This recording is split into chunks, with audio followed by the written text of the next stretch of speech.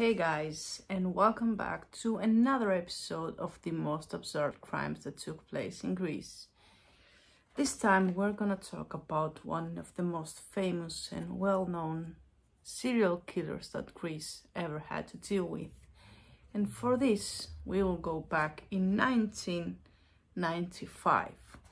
Although the first crime was known in 1995, there are crimes prior to that were done by the same person. But let's start with the first crime in 1995. Two siblings, Kostas Spiropoulos and Antonis Spiropoulos, were shot dead at a gas station in Menidi. Kostas Spiropoulos had recently purchased a car from someone, and he had his car parked outside their apartment. While the two siblings were eating, they realized that someone was stealing his car, so they jumped on the other brother's car and chased the person to the gas station, where they ended up. The person that had stolen the car had stopped for gas and hadn't realized that they were after him. So when they made their presence known, he was astonished. He didn't know what to do. So he pulled a gun, a 75 gun, and shot the two brothers, who fell dead. He shot them and they were hurt but not dead. And with the second gun that he was carrying inside his car, he shot them to make sure that they were killed, and then he escaped. After about a month, more or less, some robberies at supermarkets started happening. He was known as the robber with the helmet because he was always wearing a motorbike helmet on his head.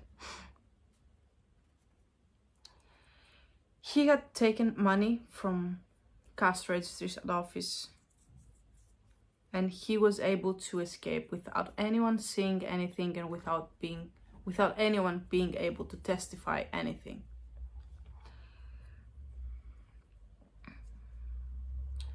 In December 10th, he tried to steal from a supermarket, and someone tried to stop him, and he shot that person with the 75 gun that he was carrying with him.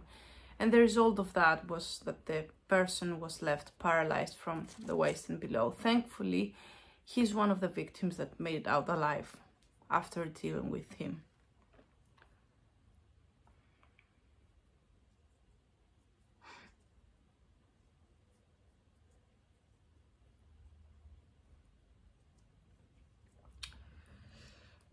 In March of 1996 and in June, two more robberies will take place in supermarkets in Nikia and Negaleo with the same robber, shooting in the air with his 45 gun and then escaping without anyone realizing how, why, and where he went. In the 31st of May in 1996, two police officers and one citizen called Nikos Agianidis are shot from the 45 gun in the building where Nikos Agianidis was staying.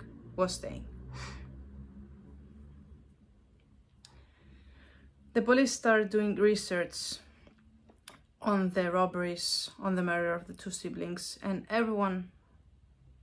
after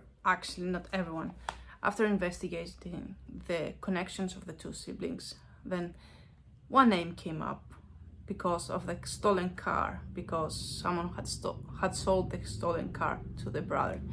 And the name Dimitris Vakrinos was the name that came up. There was always a thought that Dimitris Vakrinos had kept a spare key for the car that he had sold, but that was never confirmed.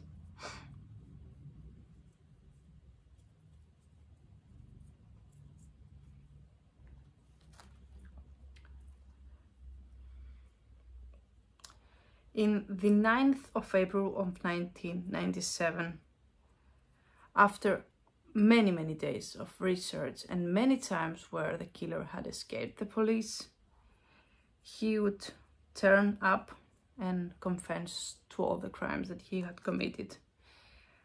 A small guy, not much to look at, around 35, named Dimitris Vakrinos.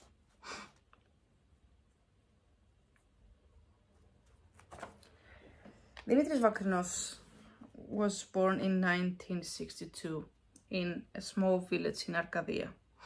He came from a really poor family and he only made it through middle school, and then he started working with his father at the farm, being a farmer. He was dealing with his sheep, so he wasn't exactly a farmer, but he was working at the farm.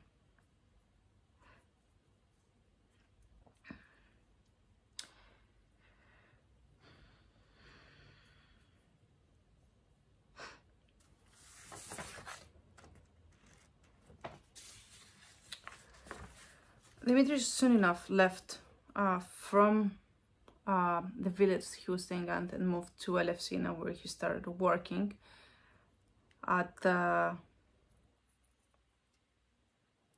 don't know what it's called, I'm sorry, but he was working, and then he became a taxi driver around 1990, pretty much. In 1990 he was married, but in 14 months he was broken up. His wife wanted to have children, but he kept refusing because he always thought that children only bring troubles. She kicked him out of the house, and Vakrinos took his revenge by burning the house of her father. In August of 1996, he is married again and now living in Moscato. Even though the most crimes happened between 1993 and 1996, his crime series had begun in 1987 when he was 25 years old. He had killed Panagiotis Gaglia, who was 43, because in the past Vakrinos had stolen a gun from Gaglia, and he was scared that he would turn him in at the police, like he had threatened before. While he had Gaglias at his house, he crushed his head, and then he wrapped the body in bags and tossed him on the main road between Argos and Tripolis, where he was found 8 days later. On November of 1993, there was another murder that he committed. While he was out partying all night with the 28-year-old Anastasia Siminji, who came to his taxi as a client, she refused to have sex with him and she called him short. He drove her to an abandoned location near Mandratikis. He threw gasoline all over her body and burned her alive. In January of 1994, he killed Theodoros Andreadis, 35 years old. He was also a taxi driver, because a while ago they had a fight about the priority in the taxi drive lane. So Vakrinos decided to go as a client to the cab of Andreadis and ask him to take him to Loutraki. In the middle, he killed him. He drove the taxi of the victim in Elefsina and set it on fire. In total, he had murdered 5 people in cold blood for no important reason. He had tried to kill 7 more, and he had committed 5 robberies. He had a list of people he was planning to kill, but he never got around to it. He was a serial killer. He was one of the first serial killers. He was very sensitive. He would get mad for the most silly and small reasons, and he would hold grudges for those as well.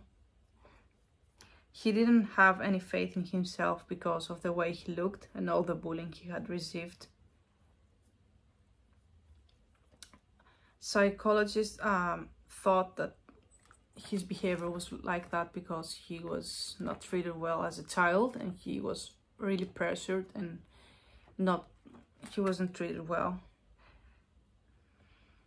In 1997, in April of 1997,